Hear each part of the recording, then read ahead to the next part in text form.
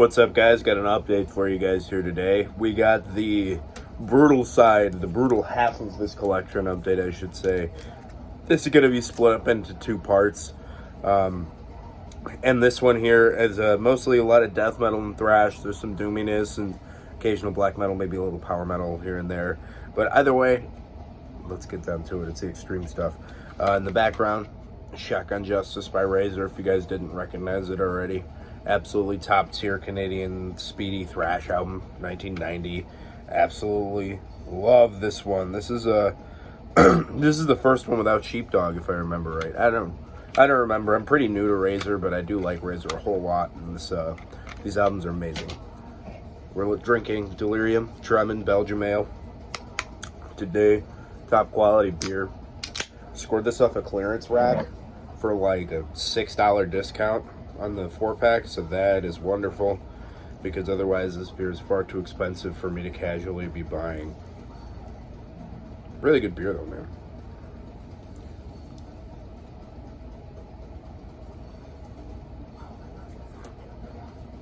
Oh yeah, quality. Anyway, all right, let's get down to business. I got the reissue of Tragedy by Funeral. This is a Season of Mist reissue from this past year. I've had this on pre-order for a good long while, and it is absolutely well done. It looks really, really good. You could tell it's a scan of an LP that they used for everything. Kept all the original artwork and stuff like that, if I remember right. Very, very good looking reissue. They did a really high quality job, even though, you know, I'm not a huge digipack guy. The band photo is great. I've never actually seen what these folks look like.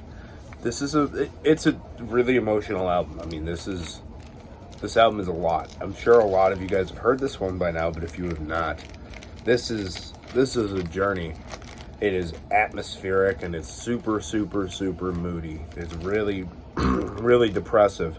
And sadly, this is one of those bands who's kind of lived out what they sing about. I think I mentioned that last time I talked about Funeral. This is real stuff to these people, and that's what makes it such a heavy album, even heavier than it already is, on top of the funeral doomy, atmospheric, death metal, gothy stuff that's already going on.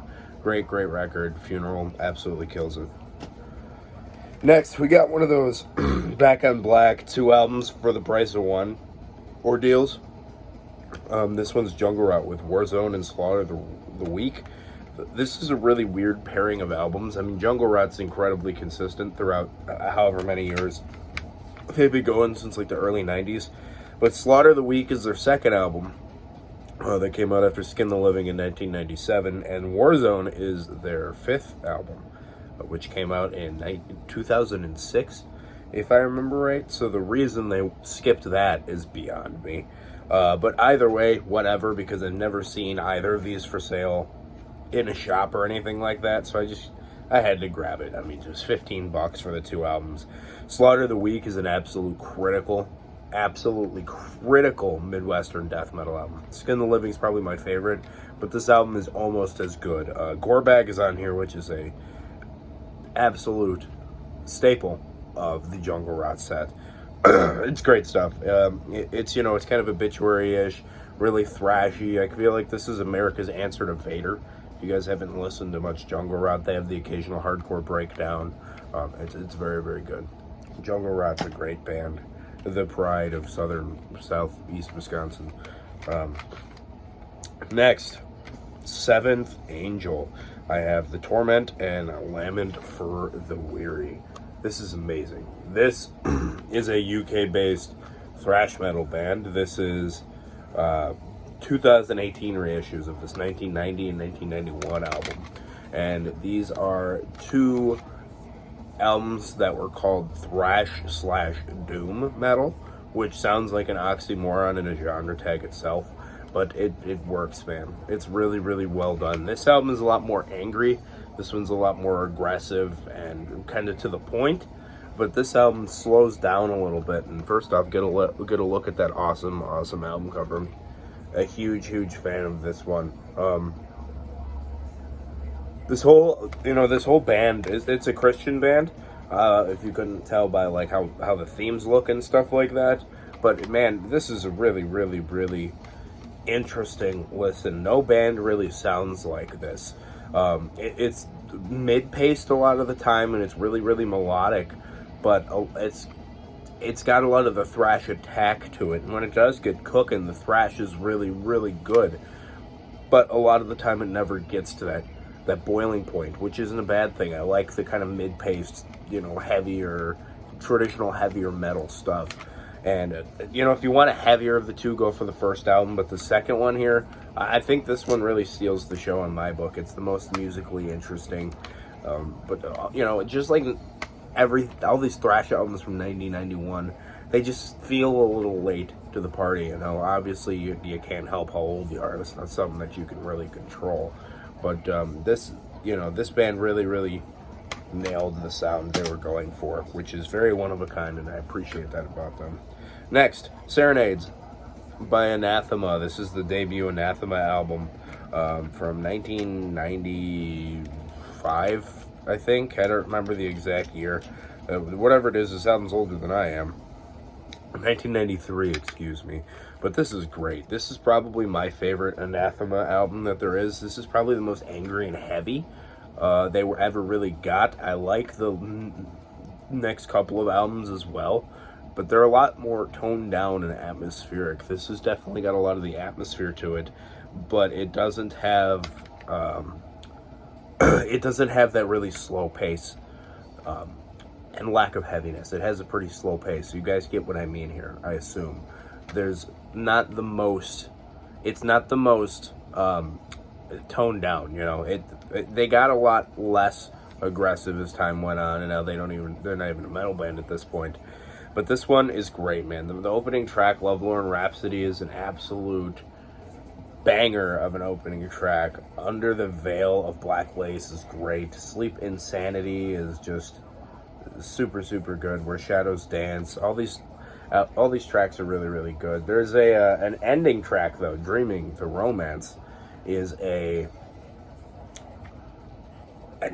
like an ambient track that's like 20 minutes long, and it's almost annoying because it's not like ambient tracks where there's like melodies and stuff going on. It is just like droning ambience, and that got old. 20 some odd minutes of that, get over yourself.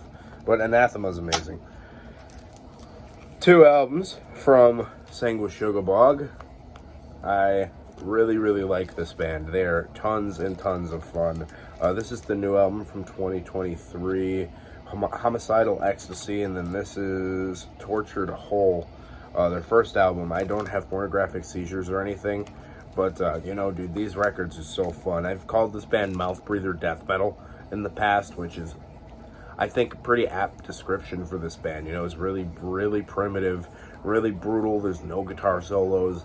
They aren't messing around doing anything stupid. It's just great. The tracks are funny. It's brutal death metal inspired, and it's kind of brutal, but it's a lot of the new wave of old school death metal, These are both Century Media reissues. I know this one originally, I think, came out on Maggot Stomp.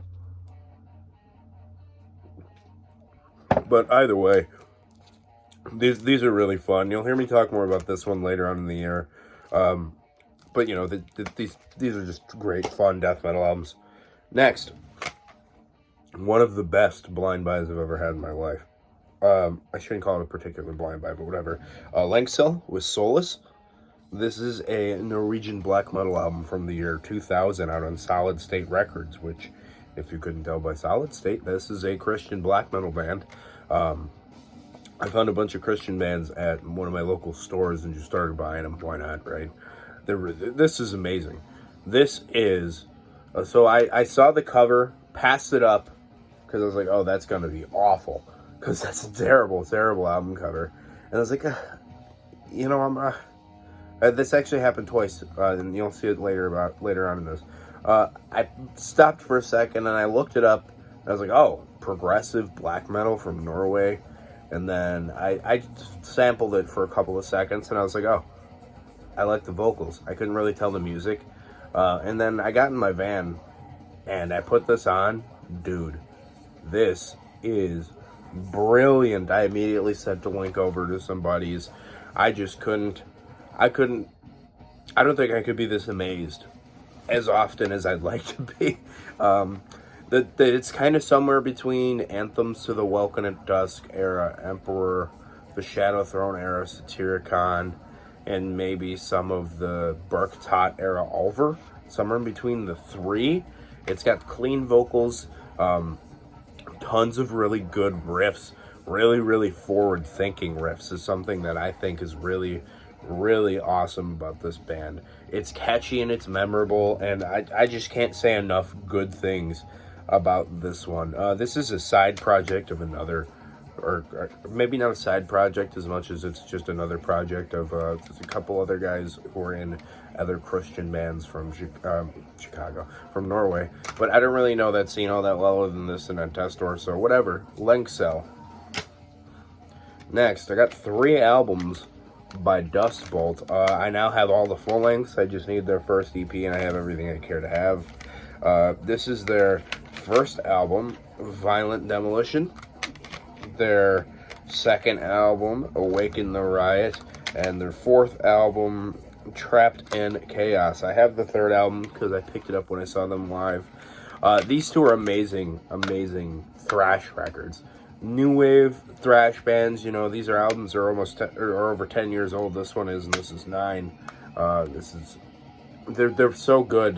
This one in particular is the one that got me into this band. I heard Toxic Attack, the music video for it, and I was just about it, dude. This one has Agent Thrash on it, which is a really good one. These two are really much the same style. A little death metal tinged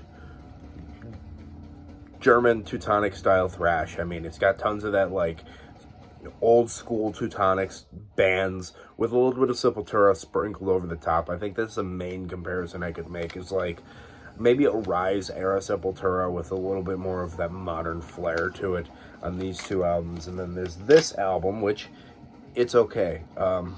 This is a little butt rock. This is a little bit too much Black Album for me. This is a little too much attempt at commercialization.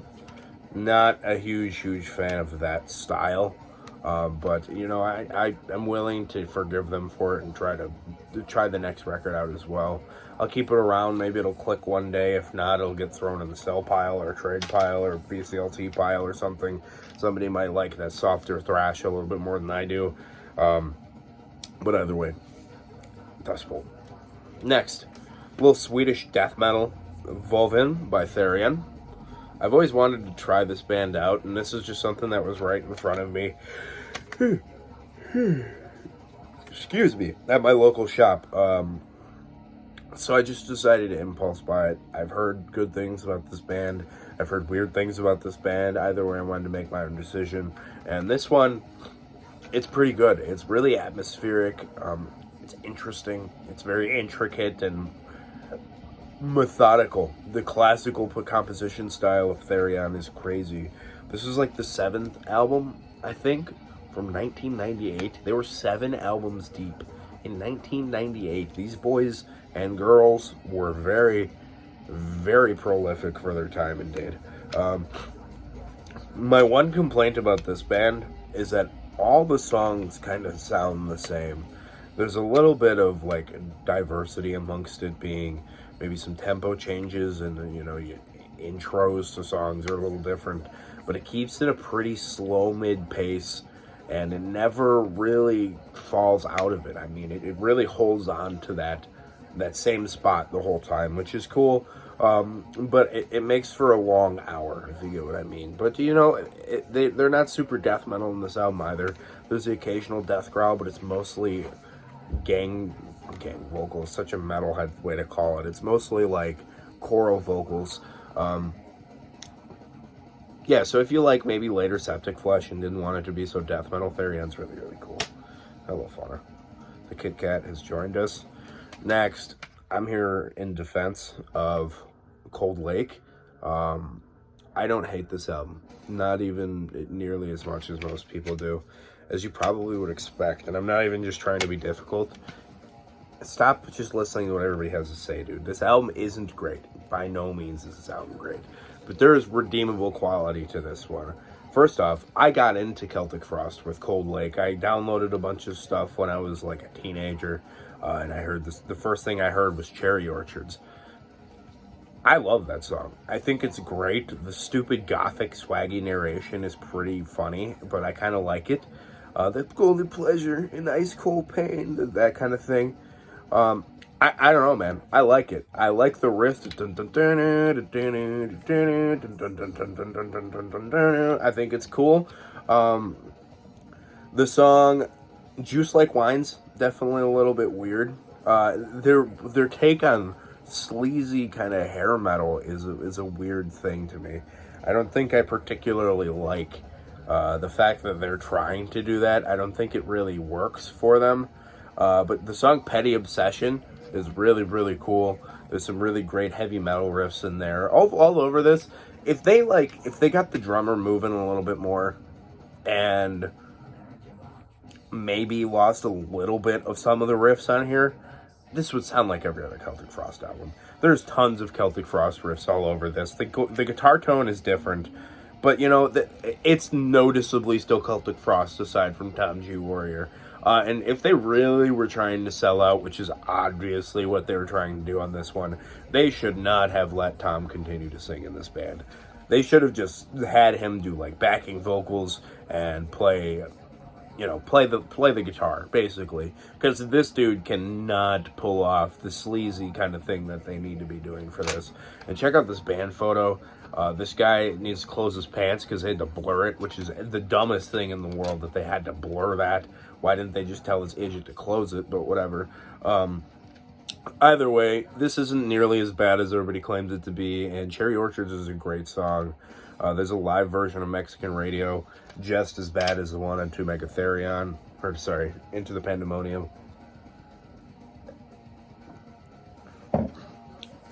Next, Forlorn by Mind Rot.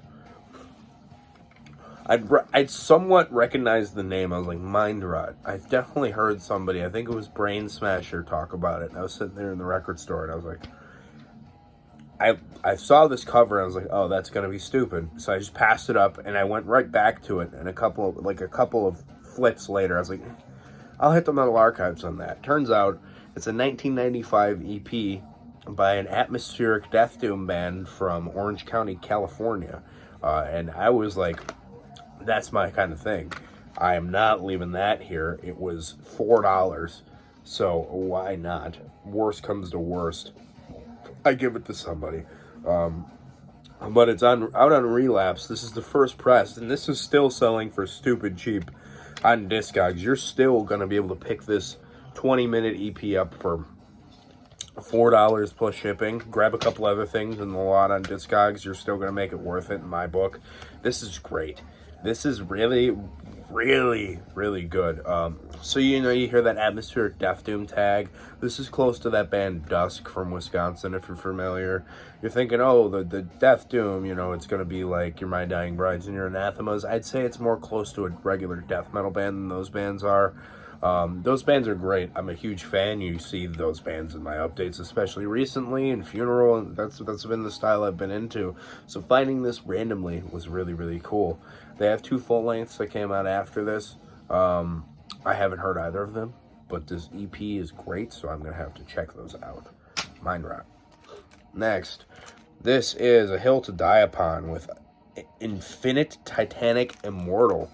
This is a Illinois-based blackened death metal band. This is your discount bin Behemoth worship, your discount bin Hate worship. Maybe a little bit more black metal than those bands are. The opening track is a ripper of Fire and Division. This is a really well-disguised Christian blackened death metal album.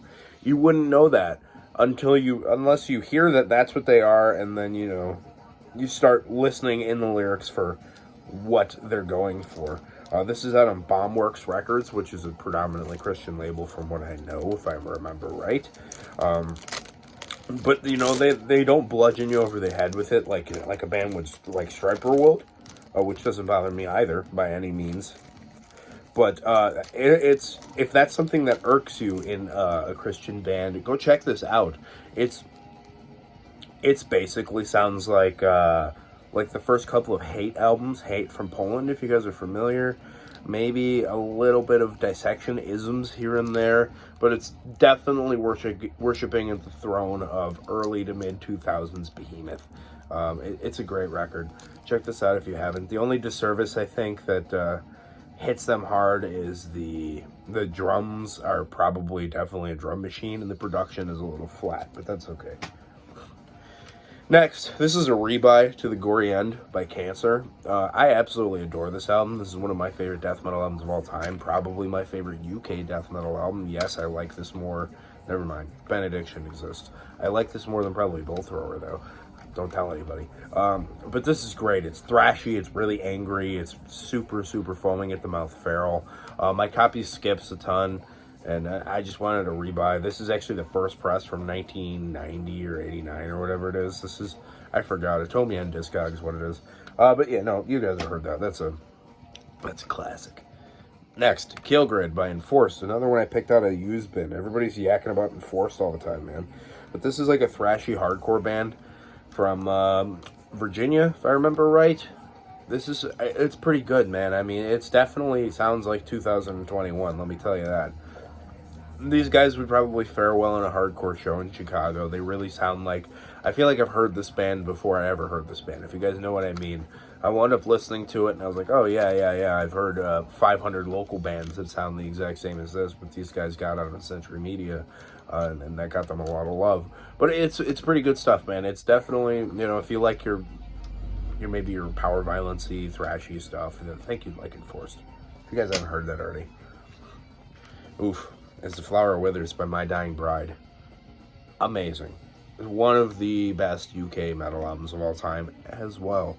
Just like the Cancer album. Just like Benediction's Transcending the Rubicon. Just like Serenades by Anathema. Some of the greatest English metal. I mean, there's the way you guys... England kills it, dude. England rules. But anyway, that's not what I'm here for. I'm covering up boobies just because.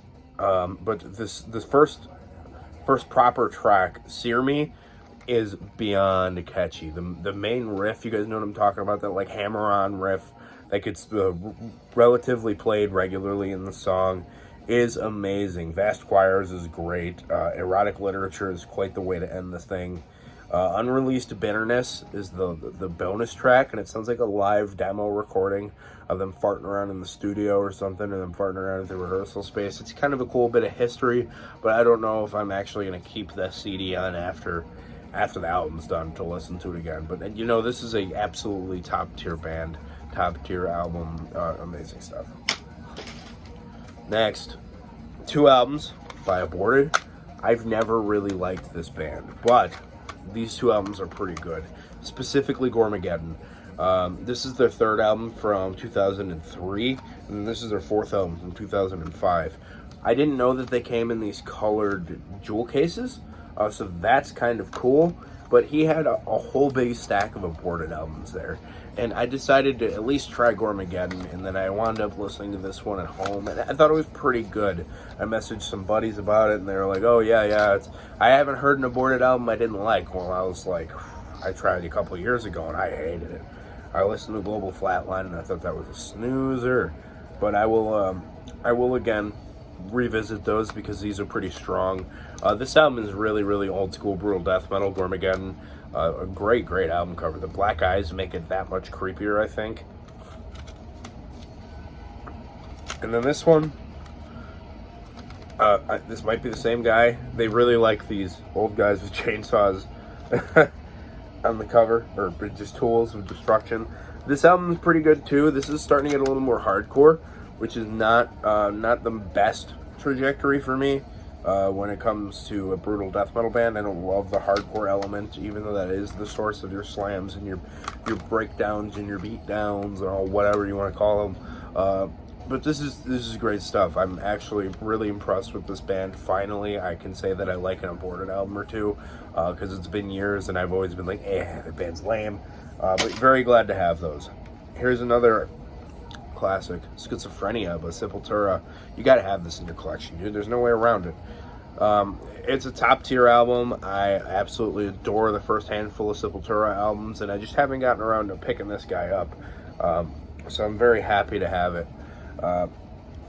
It's a good continuation and transition between Beneath the Remains and Morbid Visions. It falls a little flat on the production. This one always to me has been the spiritual healing of the Sepultura catalog. You know, it's the forgotten gem in the midst of a million great albums.